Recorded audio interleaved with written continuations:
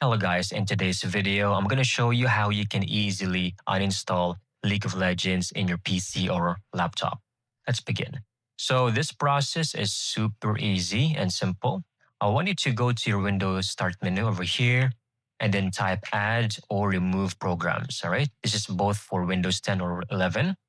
In the search bar over here, I want you to type League of Legends, all right? For example, League of Legends. Now, I don't currently have League of Legends installed on my PC. Let's just say, for example, I have Subnautica in here, Subnautica.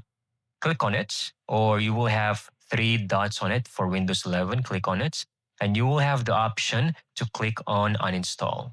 So click on it and then click uninstall again. So this will completely remove League of Legends on your PC. And once completed, you're good to go. League of Legends has now been successfully uninstalled on your Windows. Thank you so much for watching. I hope you found this video very helpful.